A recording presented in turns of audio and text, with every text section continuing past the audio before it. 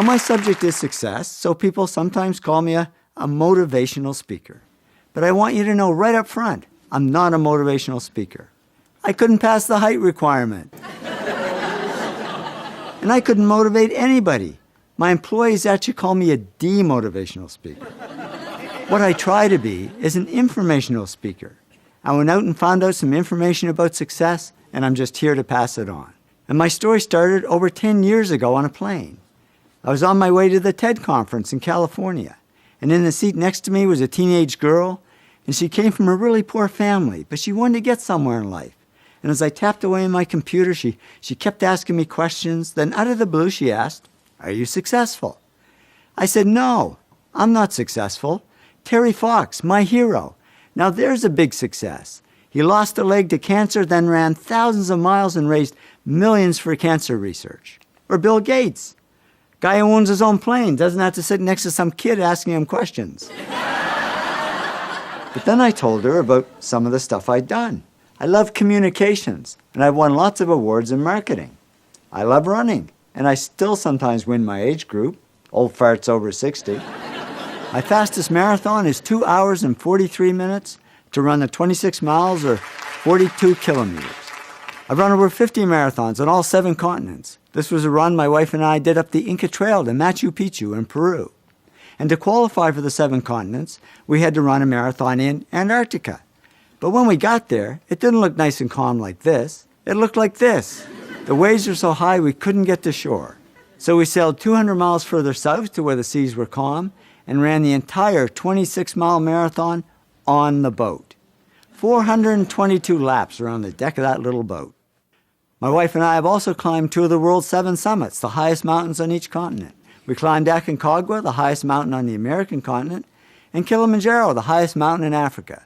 Well, to be honest, I puked my way to the top of Kilimanjaro. I got altitude sickness. I got no sympathy from my wife. She passed me and did a lap around the top while I was still struggling up there. In spite of that, we're still together and have been for over 35 years. I'd say that's a success these days.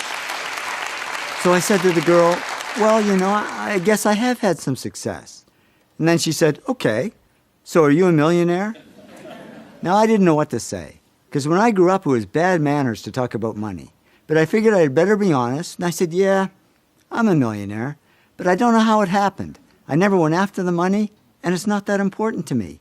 She said, "Maybe not to you, but it is to me. I don't want to be poor all my life. I want to get somewhere, but it's never going to happen." I said, "Well, why not?" She said, "Well, I'm not very smart. I'm not doing great in school." I said, "So what?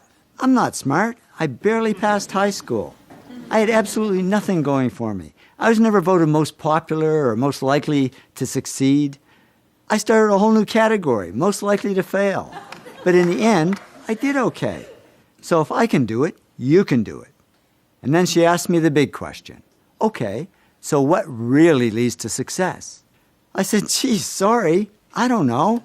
I guess somehow I did it. I don't know how I did it." So I get off the plane and go to the TED conference, and I'm standing in a room full of extraordinarily successful people in many fields: business, science, arts, health, technology, the environment. When it hit me, why don't I ask them what helped them succeed and find out what really leads to success for everyone? So I was all excited to get out there and start talking to these great people when the self-doubt set in. I mean, why would people want to talk to me? I'm not a famous journalist. I'm not even a journalist. So I was ready to stop the project before it even began, when who comes walking towards me but Ben Cohen, famous co-founder of Ben & Jerry's Ice Cream.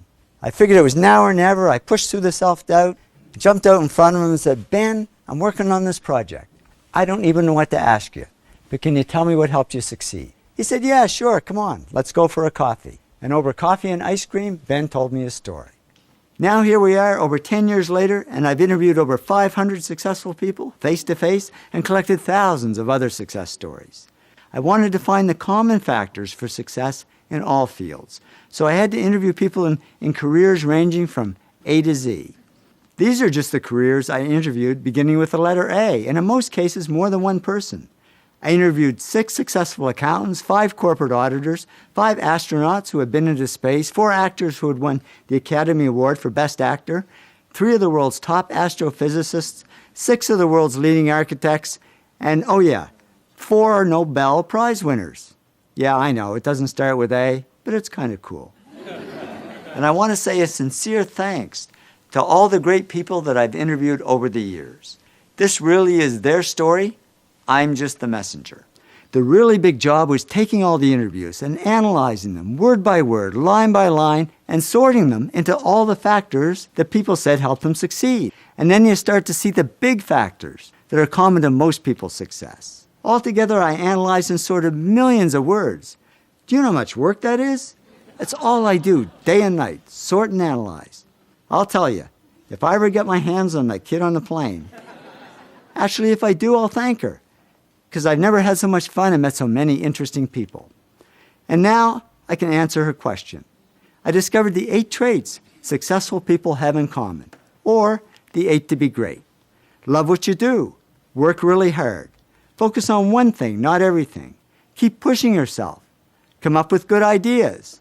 Keep improving yourself in what you do. Serve others something of value, because success isn't just about me, me, me. And persist, because there's no overnight success. Why did I pick these? Because when I added up all the comments in my interviews, more people said those 8 things helped them than anything else.